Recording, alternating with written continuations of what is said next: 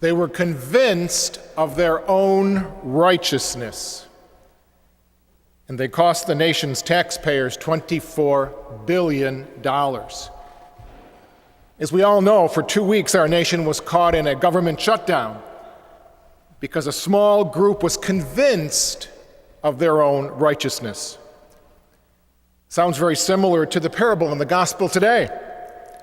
Oh God, I thank you that I am not like the rest of humanity. It's so easy to be self-righteous, to believe that we are better than others. Reminds me of a story. The story of the priest and the alcoholic bus driver. They both arrive in heaven at the very same moment. And the priest is shocked when the bus driver is greeted with great accolades and immediately asked to come inside, when the priest is told to wait outside for a moment. And after a while, the priest is brought inside and he immediately asks God why he had to wait after performing God's work on earth, while the bus driver with the drinking problem was given a hero's welcome. Well, God talked to the priest and he said, Father, when you spoke from the pulpit, everyone went to sleep. When the bus driver was on the job, everyone was praying. It's very easy to be self-righteous. The gospel this weekend calls us out of that self-righteousness to humility and prayer. I couldn't help but think about this gospel as I sat mesmerized at the IMAX theater at Destiny, watching in 3D the movie Gravity. I highly recommend it if you don't mind heights and don't mind really being in space. Sandra Bullock is Dr. Ryan Stone, a researcher, an astronaut. She finds herself alone drifting in space. Now, I won't give away anything of importance that will ruin this film for you, but she has a wonderful line as she faces imminent death. She says, "No one will mourn for me. No one will pray for my soul. I've never prayed. Nobody has taught me how." She thought she had all the answers about life, and she didn't need to connect to a higher power or pray. She was like the Pharisee in the gospel, only she didn't have as formal a prayer as he did, thanking God for not being like other people. She felt beyond prayer.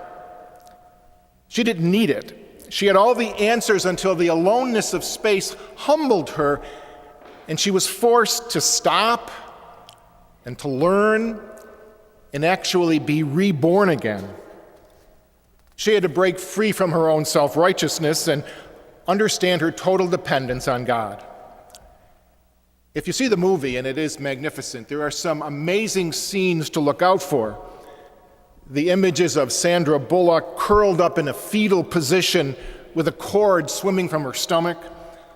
There's an amazing scene of baptism and her crawling before she's able to walk. It's all about humility and rebirth. The Pharisee becoming the humble tax collector. Oh God, be merciful to me, a sinner. I believe that we all realize that there is a sense of tremendous adversity that's happening right now in our world.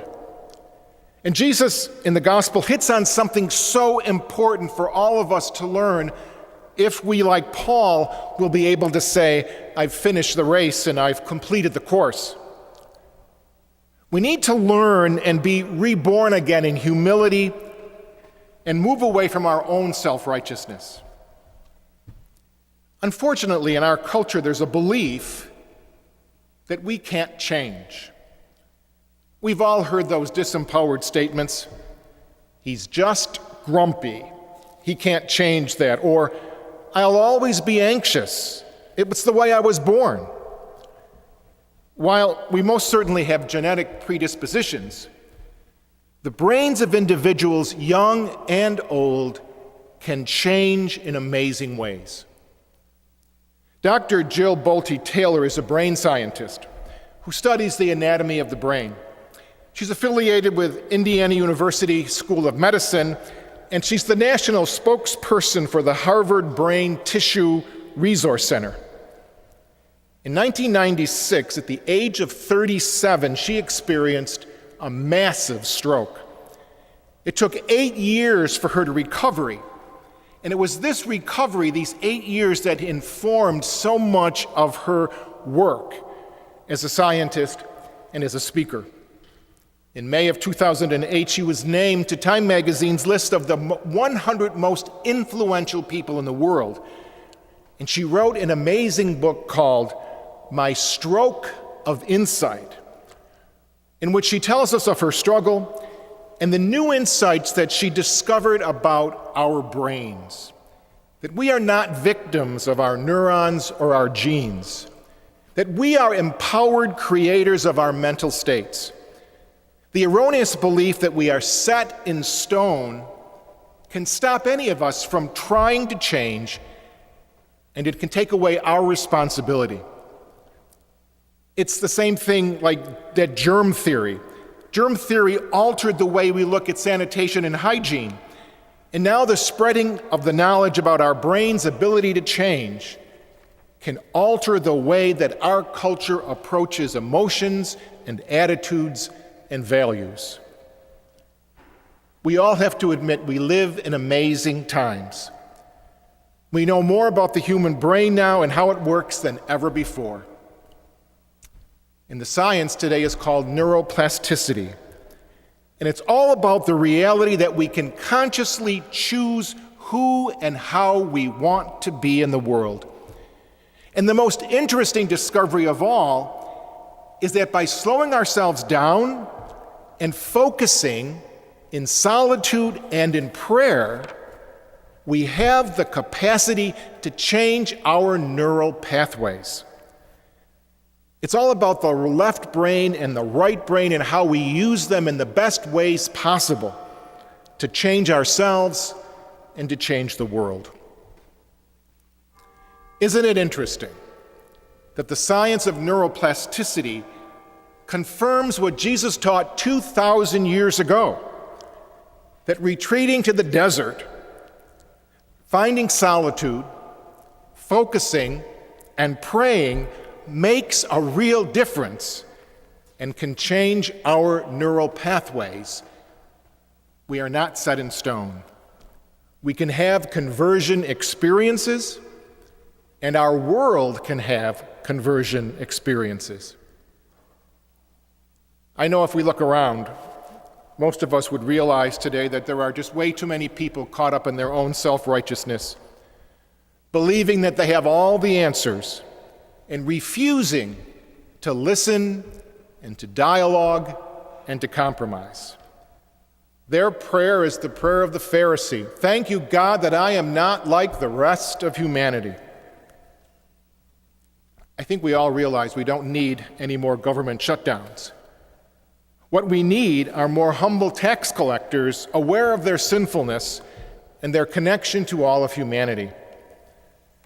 Sometimes it takes falling into the depths of space with no one around to finally cry out like the tax collector, or Dr. Ryan, adrift in space, saying, "Nobody will pray for my soul.